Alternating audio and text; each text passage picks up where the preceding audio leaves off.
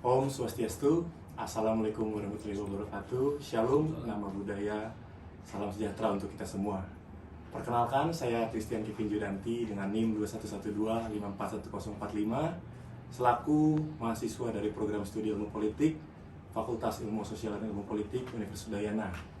Pada kesempatan siang hari ini, saya sedang berada di kantor DPD Partai Gerindra Provinsi Bali dan saya sudah bersama Pak Made Mulyawan Arya atau yang lebih dikenal dengan Bli di Gajah. Selamat siang, Pak. Selamat siang. Bagaimana kabarnya, Pak? Baru manggil beli, sekarang manggil Pak. Oke, jadi tanpa membuang-buang waktu, saya akan mewawancarai Bapak terkait apa yang ada di partai ini, Pak. Oh, siap. Pertanyaan pertama, kapan pertama kali Bapak terjun ke dalam dunia politik dan apa yang melatar belakangi hal tersebut? Saya pertama kali masuk dalam dunia politik pada tahun 2014. Sebenarnya 2013 ya, udah mulai pencalegan 2013. Sebenarnya saya tidak ada keinginan dan bukan ada keinginan, tidak sedikit pun tidak terbayangkan jadi akan masuk di dunia politik. Waktu itu saya pulang dari Amerika sekitar 2012 ya. Setelah 7 tahun di Amerika, saya balik ke Bali, ikut tim pengawalan, tim khususnya Bapak Prabowo yang waktu Jokowi Ahok. Ikut, jadi setiap kegiatan ikut dari Bali. Nah, setelah itu disarankan untuk coba aja maju. Nah, kita nggak punya uang, memang kita Gerindra nggak pakai mahar, nggak ngeluarin uang, ya memang sih, tapi ternyata ya operasional itu ada, tapi memang tidak ada mahar. Jadi itu sebenarnya itu yang latar belakangnya juga sebenarnya tidak ada keinginan tujuan apa, itu just mengalir seperti memang mengalir seperti air aja. Ya. Oke, baik, Pak. Berarti Gerindra merupakan partai pertama Bapak ya? Partai pertama saya. Dan Ya. mengapa Gerindra, Pak? Satu, I love Prabowo.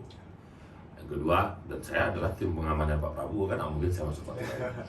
Yang ketiga, sebelum saya masuk partai kan kita harus baca juga ya, bagaimana Gerindra dan apa visi misi dan semuanya.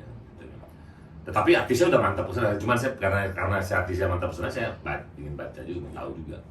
Ternyata ya memang nasionalis. Waktu itu Gerindra belum partai terbesar kedua di nasional. Dulu Gerindra masih ikut pemilu yang kedua dan menjadi partai terbesar ketiga ya.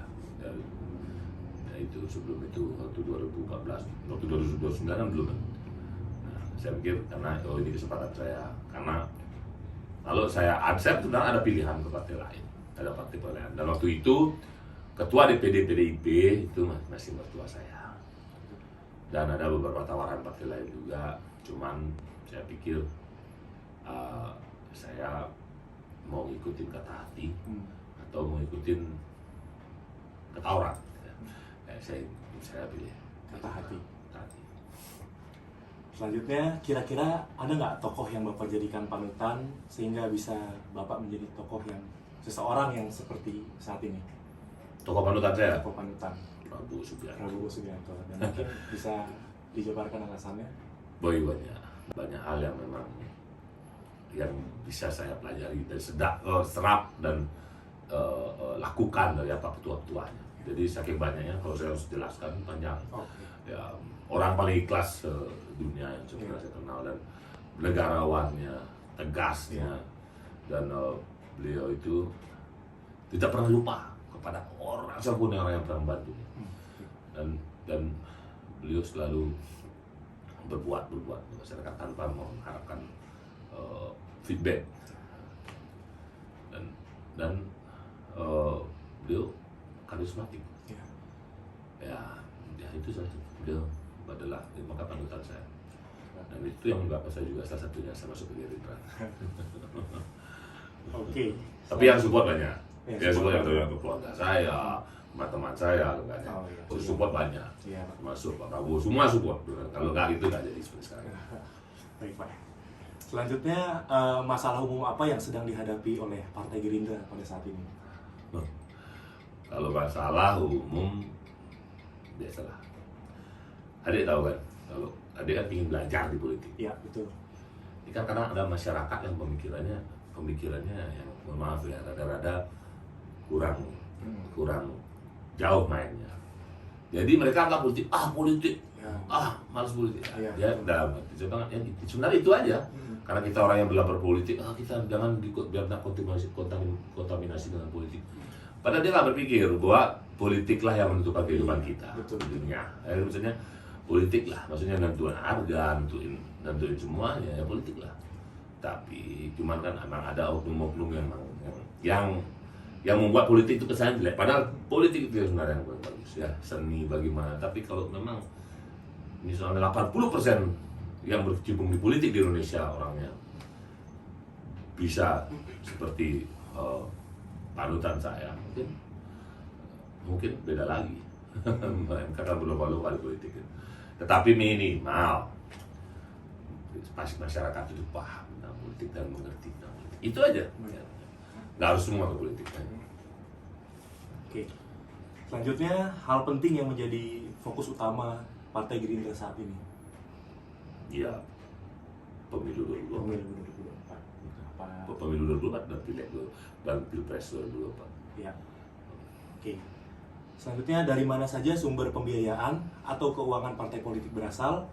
Lalu, apakah ada iuran anggota? Sumber keuangan pertama dari bantuan politik, ya dari Pemprov ya. Ya. Terus yang kedua, iuran anggota itu bersifatnya gotong royong. Gotong royong. Jadi setiap kegiatan kita gotong royong karena kita memupuk rasa persaudaraan. Ya. Dan kalau dan ada juga yang memang untuk biaya operasional kantor. Ya. Jadi kayak misalnya di DPR kota ya mereka gotong royong untuk di kota. DPR provinsi kita gotong royong untuk di DPD.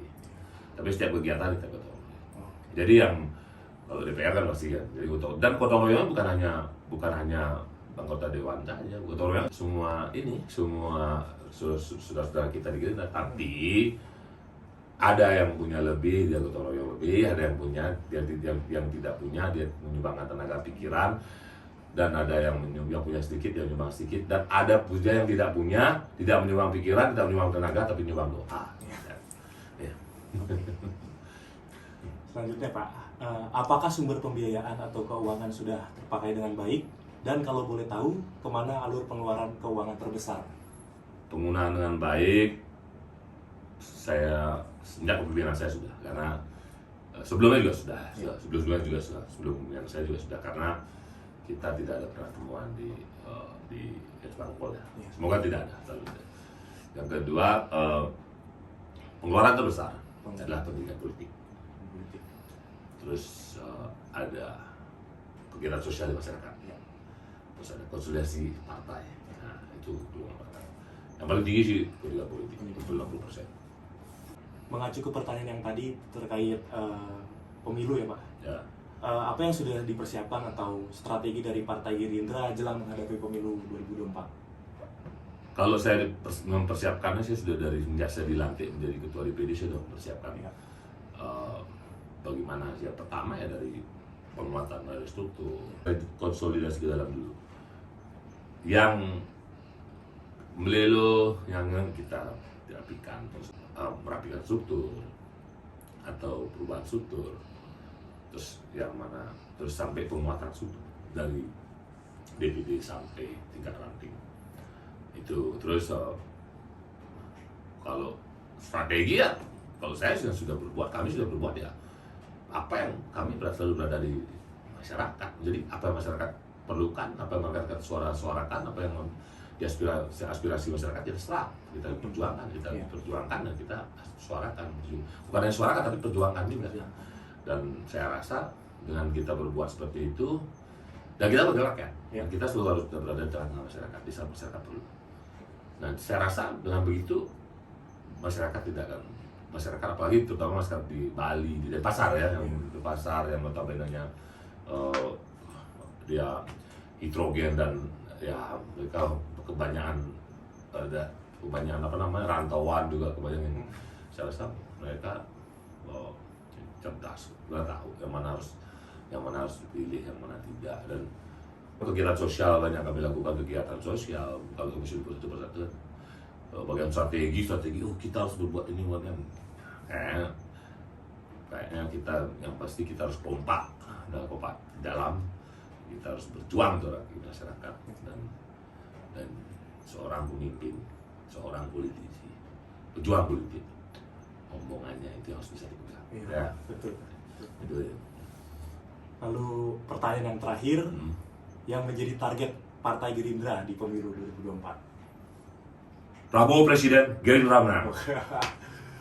Itu saja, Pak. Itu saja targetnya, Prabowo Presiden, Gerindra menang. Oke, baik, Pak. Dengan ditutupnya statement oleh Pak D tadi, berakhir juga sesi wawancara pada siang hari ini.